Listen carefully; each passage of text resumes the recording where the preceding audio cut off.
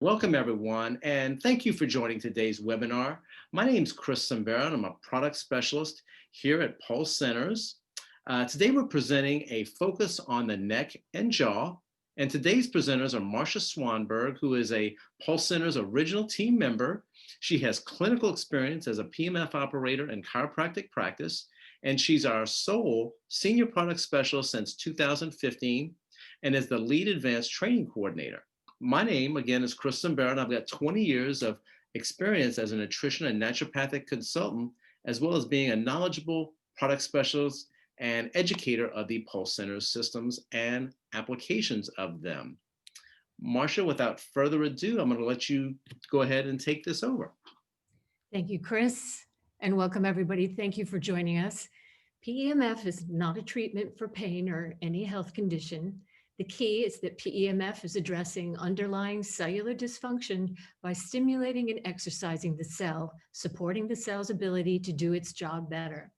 Benefits: optimized wellness, non-invasively, enhance the body's natural recovery process, assist with muscle fatigue and discomfort from exercise, support general relaxation, experience more energy naturally, amplify athletic performance. What in the neck is going on? Well, we decided to do the webinar focusing on this area because neck pain is one of the most common musculoskeletal disorders in the general population. And non-specific neck pain affects about 2/3 of people at some stage in their life, especially in middle age. It's a complex area. There are a lot of anatomical entities. There's neurovascular system, 100 muscles, a lot of soft tissue, tendons and ligaments that perform hundreds of actions. So what could possibly go wrong? That said, don't worry, this is not an anatomy lesson. We want to focus on this area and how we can support it for general wellness of all of its parts with PEMF. So it's just an appreciation to try to put into perspective some prime examples of the interconnectedness of the body and help you to think when you approach people who would like help in this area. So a look at just the few layers of the complex of muscles and tendons that make up the neck in 360. The biggest muscle would be the sternocleidomastoid muscle, which is responsible for flexing the neck, rotating the head, and it even works with the scalenes to make it possible for you to drop your ear from one shoulder to the other. And when you take an inhalation, it also raises the first rib cage from the clavicle. And tightness in another part of your body can actually cause referred pain in this muscle, the sternocleidomastoid. It can become tight and shortened from repeated activities such as bending forward to type. And this has become the way that we are living our lives, working from home, sitting at a desk, even if you're not working from home, and it contributes a lot, as we all know, to pains in the neck. The scalenes are also landmark muscles that flex the neck, support the upright posture, and they all lift the two front ribs on inspiration, also inhalation. They're very prone to tension and they fatigue very easily, which is why we would love for someone to come up behind us and put their thumbs in there and give us a little rub. So with these muscle fibers tightening again, waste products accumulate, and that contributes to the neck becoming sore. And then the trapezius muscles, which actually are better viewed on the next slide, Chris, is a very large and complex muscle, as you can see, going from the neck all the way down to the last thoracic vertebra. And even lifting a pencil begins a firing sequence in the trapezius muscle. Tilting and turning the head and the neck, shrugging, twisting and arms, retracting the scapula, all happen in the trapezius, which also crosses about a dozen joints. So any shift in the spine that's the result from poor posture or muscle imbalance can affect the muscle. And it also bears the distinction of being the most reactive muscles in your body to emotional stress. Slouching, bringing the shoulders forward into a hunch, also compresses those areas of the muscles and the nerves and the pathways. Nerves get irritated, and that's what those X's mark, those hyper irritated areas known as trigger points. little tiny micro contractions attributed to a loss of blood flow. And you'll notice that that kind of pressure can refer even up into, look at those occipital lobes and in the upper traps, and even down in the scapula, you can have a trigger point that will refer pain all the way up into the neck. And you can see also on the right that the neck is the most condensed segment of the spine. It's where the vertebra, the atlas and the axis, the first two, where your head rests, is located in a gateway area that connects your central nervous system to the rest of the spine. And it's home to major nerve bundles. This is where everything originates, going down into your arms and your other limbs, into the brachial plexus in the front of your body that also innervate down into your shoulders and your arms. All of this is connected. Now, posture has a lot to do with the imbalances that can lead to nerve irritations and a lot of problems that we would ultimately refer to as pains in the neck. And we've talked about this in advanced training. So of course, PEMF can be part of a strategy for these imbalances and these problems and these trigger points. But exercise would also be a factor in trying to correct what develops into forward head posture. And body workers are very familiar with this. And you can certainly see how the lives we lead on our cell phones, sitting and typing and developing very bad posture, sitting in chairs, can add a lot of weight to the neck. That bottom illustration points out for every inch, it's about 10 to 12 pounds every inch forward that you have, the stress and strain that it's adding not only to your neck, but the entirety of your back. And that very poor posture that you can see on that gentleman can also affect lung capacity and blood flow in the gastrointestinal system. So in doing some research for this webinar, I came across a couple of papers, and this is interesting. Examinations of 78 individuals, 48 of whom had chronic neck pain, revealed an association between chronic neck pain and abnormal thoracic spinal curvature, reduced thoracic mobility, and impaired respiratory strength. And this is from a recent paper in 2020. Another paper, among a group of 37 non-specific neck pain patients treated with manual therapies, researchers observed that those who received treatment targeting both the cervical and thoracic spine experienced greater reductions in pain and disability than participants who only received treatment applied to the neck. Now, of course, PEMF is not a treatment or intended for the cure or diagnosis of any kind of medical condition.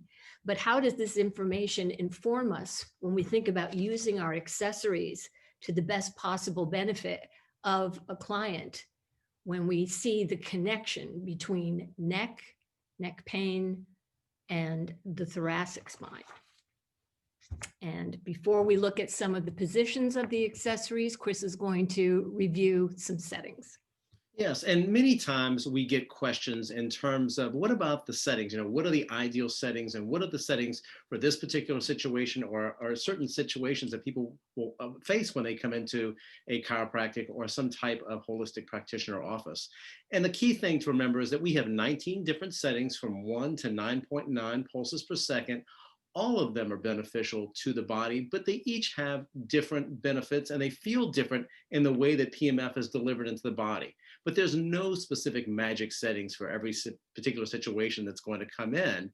But the way that they're delivered, the lower settings, to say the 2 to 5 pulses or 5.5 pulses per second, they tend to have a more energizing effect and impact on the body. While the higher settings tend to have a more calming effect. And I'm talking about the settings from, say, 7.8 and above, all the way up to 9.9. So settings are really more ideally set by individual comfort as well as their tolerance level. However, while you're learning that process of being able to put people in their ideal settings, we'd like to give you some parameters to use to make you a little bit more comfortable, to kind of lead you through that process of growing as you start using your systems.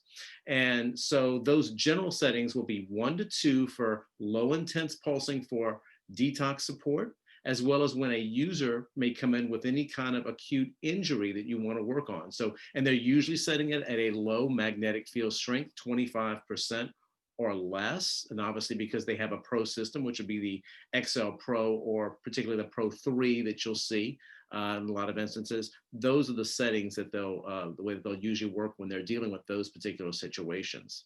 Then we also have when we're working more on, say, the core of the body, below the neck and down to the waist. And we're usually starting at, say, a 2.5 and working up over time to a 5.5 pulses per second. It's when we really want to exercise and energize the body a little bit more, with 5.5 being the peak output. So you don't usually start at 5.5 unless maybe you've got someone who comes in who's an athlete and is in really good health and fitness level. You're usually going to start at 2.5 or 3, and then over a period of time, weeks or months, you'll gradually start increasing the strength with that PPS with them as you're working on different levels. And some people may come in and are able to go to 5.5 pulses per second and are able to turn it up pretty high to almost all the way, almost from the instant. But many other people who are going to come in to your offices with different types of imbalances or whatnot, you'll have to customize it down to whatever their levels are. And then of course, 7.8 and all the way up to 9.9, we tend to use neck and above for general relaxation. And when we're pulsing the head, we don't tend to want to really pound it with quite as much strength. And so the higher settings, as I said before, are more calming on the body. There also tend to be, if you've got enough strength turned up, you'll notice that when you go from, say, 5 or 5.5 to 6 pulses per second, it's roughly 10% weaker. 6 to 7, another 10% weaker, and all the way up to 9.9. So when you're at 100% of the MFS at 5 or 5.0, you're really at the top peak strength. And then if you go leave the strength at 100% and turn that pulse rate up to, say, 9.9, you're really at about 50% the strength of it. But it's how we want to deliver it into people in certain situations. Like I said before, the head, or when you want to help with calming in certain situations. And so we like to give those ranges to just get people started. And I think it's a great point to get that and really start working with people. All right, so let's look at some positions. And this is by no means comprehensive, but I want to look at the top picture, and I want you to pay special attention to the white sewing that you can see that is right at collar level on our model. Now that's where the energy focal point comes in, where you see those crosshairs of sewing. But there are multiple different designs and configurations of the cable inside, and there is no dead spots on it. And there are quite large turns of coil, which will create bigger magnetic fields. The energy focal point is a smaller one for focus, but all you need to do is get close and get even. And if you look, the energy focal point is going where? It's going into the dense, condensed area of the cervical spine.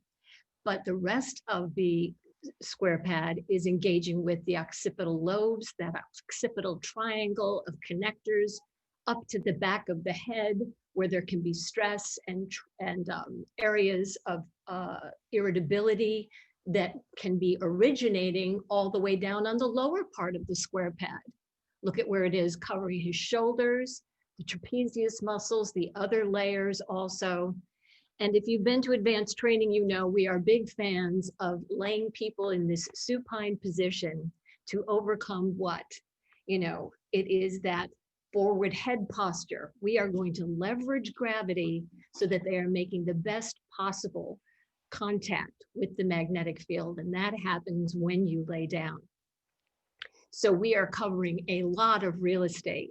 And then if you look at the second picture with Chris, and he's in a combination with the paddles, but look where the energy focal point has moved.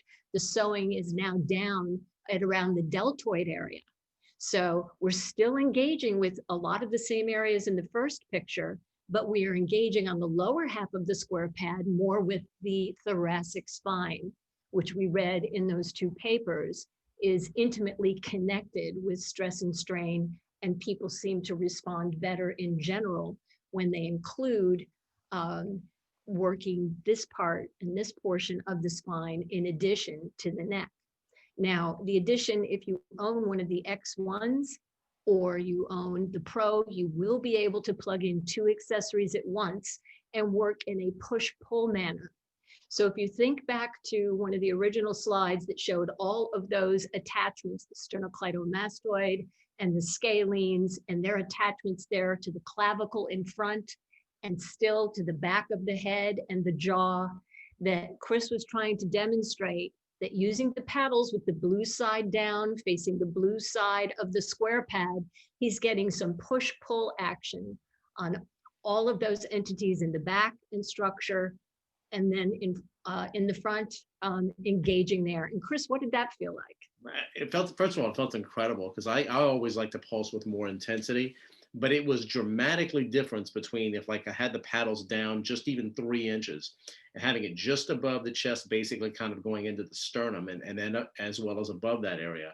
Much more powerful. You felt a very, very strong contraction going all the way through up to the neck, really. That you weren't experiencing with it if you had using either just one of these accessories or if you had the paddles a little bit lower.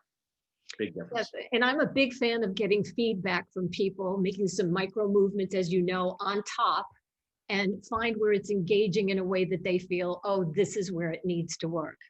I also noticed that working in this area where it's close to the heart and there's no contraindication, the heart is an electrical muscle, but those very high pulse rates are just kind of a lot with this much energy coming from behind with the square pad and this on top. And I might be in the 2.5 to 3 pulses per second. And someone like myself who pulses a lot with a lot of power can usually handle a little bit more. And then in the last picture, of course, this would be if we want to do our whole body pulsing for, we believe, of course, in turning on all of the systems of the body on our contoured bed. But then when we work down this spinal pathway, we unplug the bed. We're just using it as a base and taking the square pad. And there's actually a pathway that you can work from the top picture in the cervical spine down the thoracic, down to the lumbar, and down to the sacrum. That is quite profound for people who have developed such imbalances. This can be wonderful in conjunction with working on trigger points with manipulative therapy or a chiropractic adjustment, or if you're working with a PT. All of this can be wonderful either before or after doing any of those other manipulative therapies. And then there are some people who, for whatever reason, it's very uncomfortable for them to lie down or to get up on the bed, or they prefer to spend their time pulsing while they're watching something, and that can work as well. I'm kind of a petite person myself, and I do, as part of a routine, sometimes use the square pad in that supine position, but I also enjoy offsetting the paddles, as we see in Chris in the first picture on the left, offsetting them so that the one that's closest to the neck is up higher than the one behind it, so that if you can try to make good contact with them, it's very isolated into the upper traps, especially with a small person like me, and into the spinal segments of the cervical spine. And putting your elbows back all the way on the chair will help to force that part of the body to make the best possible contact with the field. Do you enjoy this position, Chris? I do. Square pad, I like using it in that way too, but this is so much more targeted directly onto that neck and upper back area. It feels very, to me, I find it to be a very relaxing position. Yes, because it's not engaging so much as the square pad. So it isn't what's better. The question you must always ask yourself is, what's best for this person on this body part today? And in the course of multiple sessions, trying to help them with an issue, you will use different things, different settings, different pulse rates, different magnetic field strengths, because there will be biophysical changes as they experience improvements with the field. Now, the picture on the right is showing, yes, you can get in a side posture. We do other things in side postures, but imagine what you're getting there, and this will be a nice segue into Chris's portion of the jaw and the neck, is that imagine what he's doing. He's leveraging those paddles. So he's created a nice work in the space of his neck, so he can lie very comfortably. He's getting into the head, he's getting to the neck, a lot of those attachments that we saw in some of the first slides. And think about some of the neurovascular pathways that happen there as well, like the carotid artery. So again, we want to support the general wellness of all the components of the body. And the side benefit is that we can focus energy there for problems in the neck. And finally, this is the latest in high-tech offering from Pulse Centers for you for the neck and accessory, introducing the pool noodle, available at your local store. Buy a long pool noodle for the kids, cut one about 12 inches long, and this way we can not only leverage gravity, but if you look at our model, without that, what's happening to the natural curve of the neck? It's being stressed as if you lie flat without support. And also, the further away you are from the field coming from the square pad, you lose exponentially the amount of magnetic field that's ultimately getting delivered into the body. And for people who have had trauma to the neck, they do require some support. So this works very well. How did the model enjoy this position, Chris? She did like it. Well, I mean, it's one of those things. We didn't have a bed like we normally would have in an office. So once you're in a comfortable position, it is a great way to be able to deliver PMF into the neck, but also the entire back of the head, upper back and shoulders. It's a very comfortable position. Yes. And you can accommodate people who otherwise would feel very stressed by not having that support. Now, beyond minor aches or pains, of course, there will be occasions where people have something more serious that they're asking about in relation to how PEMF might be beneficial for them. And PEMF is not contraindicated for pronounced pain. However, it's important to evaluate what level of pulsing is appropriate for that person at that time. And obviously, sometimes this is where the acute settings are very important in the beginning of a session. You need to manage expectations.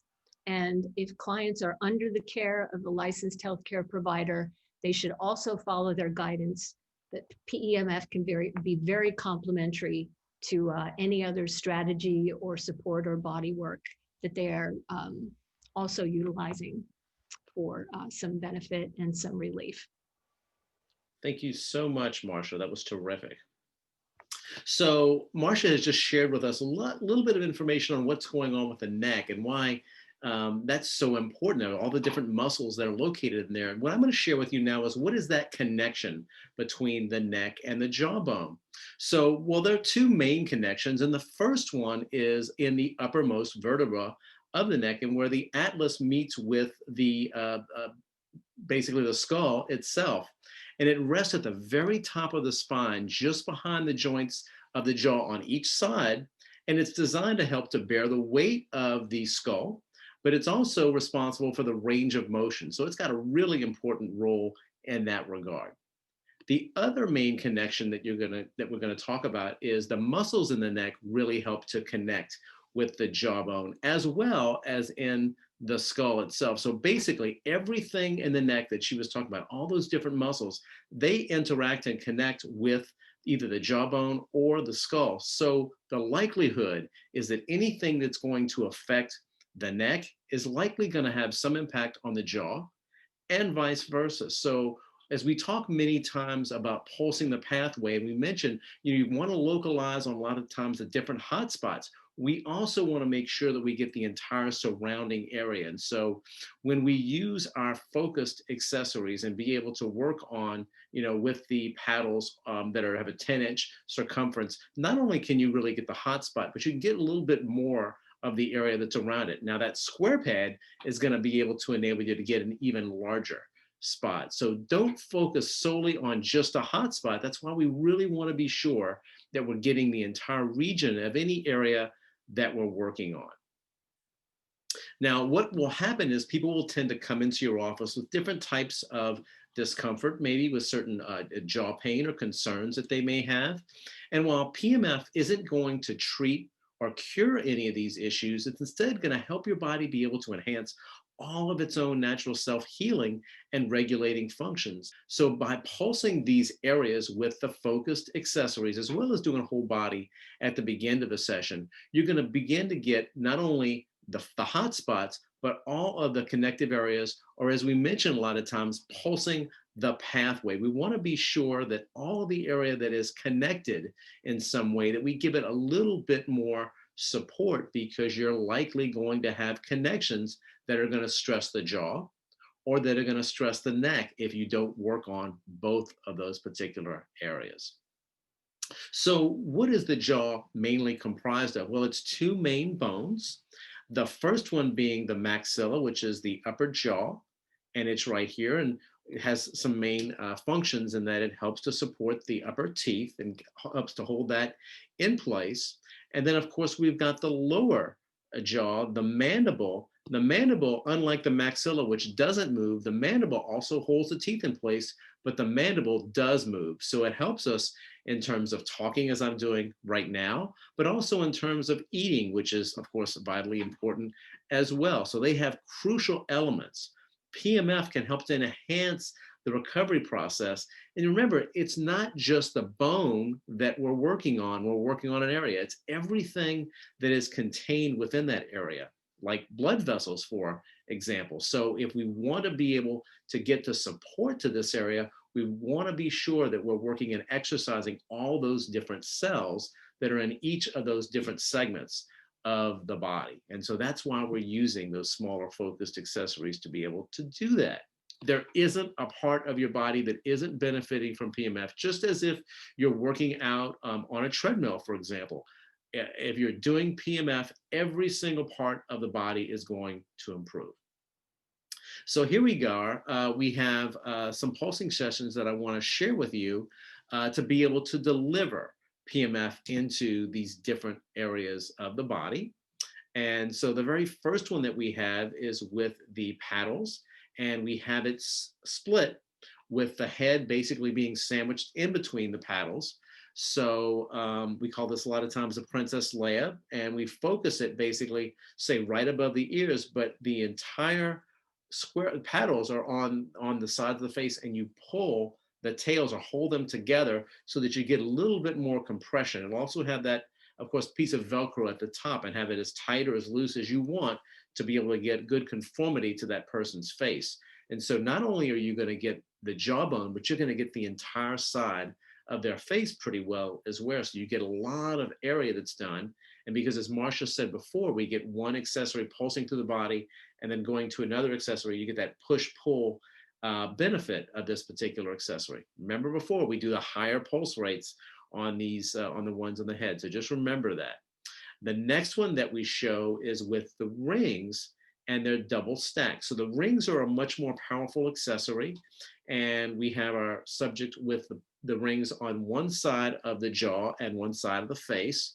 So with the rings, we get a lot of power. And this is not necessarily a position with the rings when you're working on the head, if you want to turn up the strength of it, that you're going to do with people who are at the beginning levels. The rings are going to tend to drive more power than the paddles, but they're going to be a little bit more tight in their delivery of it. They're not going to have that full delivery, because in the center, you've got more of a kind of a dead zone, whereas with the ring itself, that's where all the power is coming out. And so the further away you get from the ring itself, the weaker it tends to get. So just make sure that whatever area you want to work on, that the ring is touching that particular part of the body. Next, we have the square pad. And this particular accessory, when I'm using this, I like to be ideally in a lying down or seated position in that chair pad. And so while I will have my head back all the way, I will then turn my head to the right, say count to 20, leave it there so that the pulse energy is going to be then going on to the right side of the face and working on the side of my jaw. You're also going to get the back part of the jawbone itself where it meets with the skull. And then I slowly turn back, and then I go to the left, and I get a little bit more intensity on the left side and then on the entire left side of the face. It's a very comfortable position for a lot of people because you've got that square pad right behind you. So a lot of people might find this to be a comfortable position, but if you turn it up at a very high intensity level, it can still provide a lot of power and get a lot of exercise to that area. And as Marcia said earlier, we always want to make sure that we're moving our accessories and making sure that we're getting it on those hot spot areas to get the best result that we can possibly get. The next positions, we have some more with the rings. And this is one of my faves that I like to do.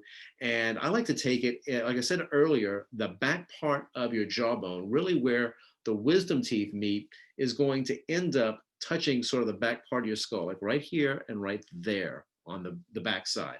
So you can work it with the rings where they're touching that area and deliver a lot of power to those particular spots if you want to. Many people will find that they have sensitivity back in those areas. Again, this is a powerful position because you're double stacking the rings to really deliver all that power to this area.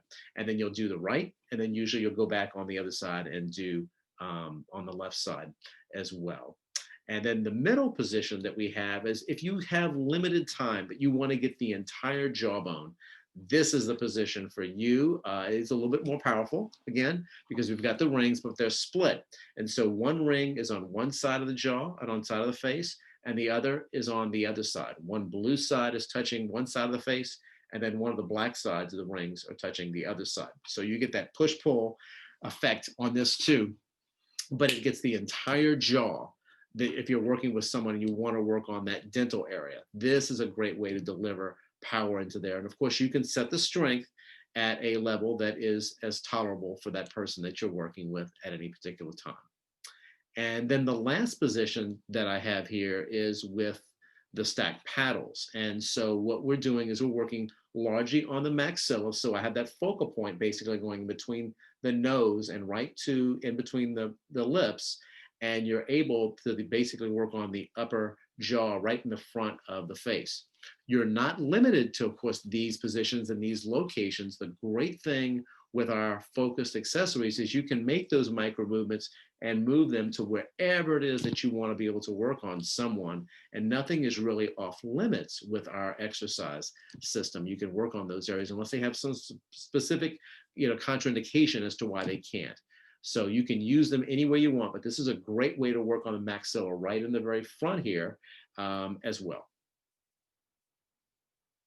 Now, there are many other tools that you can do because PMF, as Marcia had mentioned earlier, is just one part of the equation. So when working with whether it's your clients or your patients, you want to make sure that they're really working in a partnership with you.